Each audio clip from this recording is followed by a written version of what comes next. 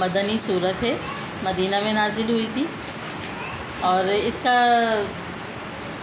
جو شان نزول ہے وہ یقیناً آپ 2 دفعہ کلاس میں اس کو پڑھ چکے ہیں، اس کا شان نزول، لیکن تھوڑا سا میں آپ کے سامنے دوبارہ دہرا دیتی ہوں کہ ایک تو یہی کہ یہ غزوہ احد کے بعد جو مدینہ کے حالات تھے، جو اتنے سارے شہداء تھے، ان کے گھرانوں میں جو یتیم اور بیوائیں تھیں، ان کے بارے میں اللہ تعالیٰ نے یہاں پہ قانون اور ان کے بارے میں جو ہے وہ پوری شریعت جو ہے وہ نازل فرمائی ہے۔ اور پھر اس کے بعد خود غزوات کے اندر جب جاتے ہیں اور جو مسائل جیسے پانی نہ ملنے کے، تو پانی نہ ہو تو تیمم کے بارے میں، اور پھر اسی طرح سے جو یہودی تھے ان کے لیے جو اللہ تعالیٰ نے ان کو جو ایک ڈراوا دیا ہے اس کے اندر، اور جو ان کی ایک حیثیت ہے وہ بیان فرمائی ہے۔ اور اس کے ساتھ ساتھ کیونکہ بنو قریظہ کو جو ہے وہ، بنو نذیر کو جو ہے وہ وہاں سے نکال دیا تھا مدینہ سے، تو ان کے جو نکالنے کے بعد جو ان کی شرانگیزیاں تھیں اس پر اللہ تعالیٰ نے اس صورت میں تبصرہ کیا ہے۔ پیاری عزیز بہنوں، جتنے بھی عالم میں دین ہیں اور جتنے بھی فقہ فی الدین ہیں، وہ اس بات پر متفق ہیں کہ اگر کسی معاشرے کے اندر سورہ بقرہ سے لے کے اور سورہ نساء تک، یعنی کہ سورہ بقرہ، سورہ عمران اور سورہ نساء کو جو ہے وہ سمجھا دیا جائے، پڑھا دیا جائے، اس کا فہم و فراست جو ہے وہ اتار دیا جائے، تو ایک ایسا معاشرہ تشکیل پاتا ہے جس کو اسلامی معاشرہ کہا جاتا ہے۔ اسلام کی ساری روح کو سمجھنے کے باوجود، یعنی کہ اسلام کیا ہے، اسلام ہمیں کیا تعلیم دیتا ہے، اور اسلام پہ چلنے والے ملک، اسلامی نظام کو سمجھنے والے گھر، ادارے، معاشرے میں جتنے بھی سرکردہ افراد ہیں، جب وہ اسلام کو سمجھ جاتے ہیں تو ایک جو سب سے پہلی چیز جو آتی ہے وہ یہ ہوتا ہے کہ ایک امن ہو جاتا ہے، یعنی کہ انسان کا مال، انسان کی جان، انسان کی عزت، انسان کی آبرو جو ہے وہ محفوظ ہو جاتی ہے۔ اور یہ ایک بہت بڑی چیز ہے کہ خوف کے عالم میں انسان کوئی کام نہیں کر سکتا، ٹھیک ہے نا؟ یعنی کہ اگر ہمیں کسی بھی چیز کا خوف ہے، ہمیں موت کا خوف ہے، ہمیں مال کے چھن جانے کا خوف ہے، ہمیں ہماری عزت نہیں ہوگی یا کوئی ہماری بے عزتی کر دے گا، یہ جو خوف کی جو ایک کیفیت ہوتی ہے جس کو ہم ڈر بھی کہتے ہیں نا، کہ بھئی ہمیں خوف آ رہا ہے، ہمیں ڈر آ رہا ہے، ہمیں یہ اندیشہ ہے، ہمیں اس سے یہ فکر لاحق ہے کہ یہ ایسا بھی کر سکتا ہے، یہ ایسا بھی کر سکتا ہے۔ تو جس جگہ خوف چھا جاتا ہے، ایک انسان کی کیفیت خوف جیسی رہتی ہے، اس کو ہر وقت کسی نہ کسی چیز کا ڈر رہتا ہے، تو وہ کبھی بھی کسی نظام کو نہ سمجھ سکتا ہے، نہ اس کو اپنے اوپر، نہ اپنے معاشرے کے اوپر لاگو کر سکتا ہے۔ تو خوف کی علامت، اسی لیے اکثر جگہوں پہ آپ نے سنا ہوگا کہ خوف کا دوسرا نام، یعنی کہ موت کا دوسرا نام خوف ہے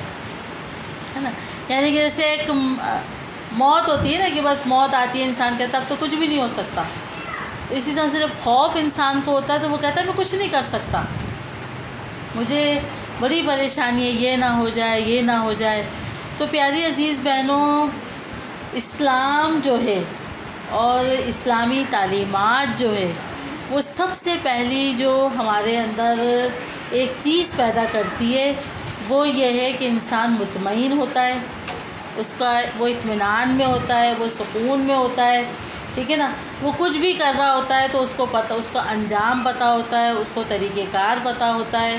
وہ اس کو اس کے مطابق کرنے میں جو ہے وہ اپنے اندر ایک جستجو محسوس کر رہا ہوتا ہے، اس کو کسی چیز کا خوف نہیں ہوتا، کسی چیز کا ڈر نہیں ہوتا۔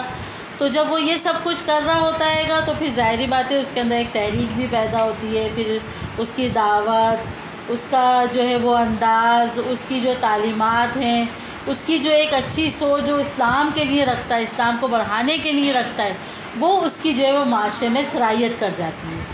پھر ہر کوئی یہ کہتا رہے گا کہ بھئی ہاں ٹھیک ہے، اس کام کو ہم نے اس طرح سے کرنا ہے، ایسے کرنا ہے، اتنا کر لیا تو کل اس کا یہ طریقہ ہوگا، پرسوں اس کا یہ طریقہ ہوگا،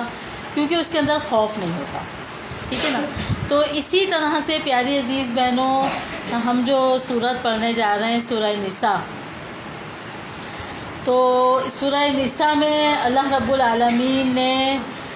جو اسلامی قوانین، معاشرتی قوانین بیان فرمائے،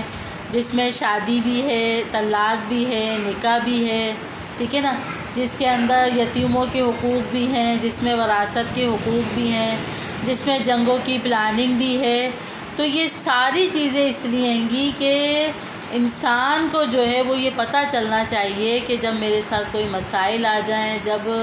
میں کسی بھی حالت میں ہوں، تو اللہ، اس کا رسول مجھے کیا حکم دیتا ہے، اور اس حکم کے مطابق چلنے میں جو ہے وہ ہماری کتنی عافیت ہے، اور ہمیں کتنا سکون ملتا ہے، ہم کتنا امن میں آ جاتے ہیں، اور ہمیں کتنا اللہ کی طرف سے جو ہے وہ ایک بہت ہی اچھی حالت میں جو ہے وہ ہم آ جاتے ہیں۔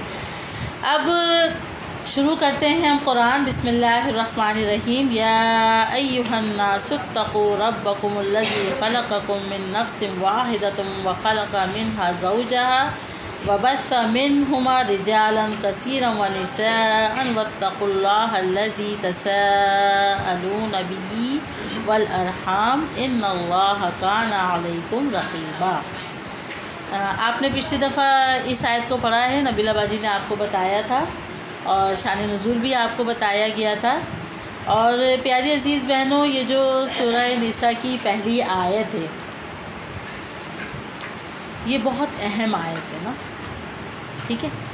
اور اس کی اہمیت، سب سے پہلی اہمیت اس کی یہ ہے کہ یہ نکاح، خطبہ نکاح کی میں پڑھی جاتی ہے، ٹھیک ہے۔ جب بھی نکاح، اب آپ دیکھیں نا، ہمارے یہاں تو نکاح ہوتے ہیں تو ہمیں پتہ ہی نہیں ہوتا کہ مولوی صاحب نے کیا کیا بول دیا عربی میں، ہے نا، اور بہت سارے طریقے تو ایسے آ گئے کہ ہم ہندوؤں سے سیکھ کر آئے ہوئے، تو اسی پہ ہمارا بس خالی خطبہ تو پڑھا جاتا ہے گا، اور دعا تو ہوتی ہے، وکیل تو ہوتا ہے، لیکن اس نکاح کی روح کیا ہے، اس کا مقصد کیا ہے، اور اس کو جو ہے وہ اللہ تعالیٰ نے فرائضوں میں یعنی کہ جتنے بھی اللہ تعالیٰ نے فرائض رکھے ہیں گے،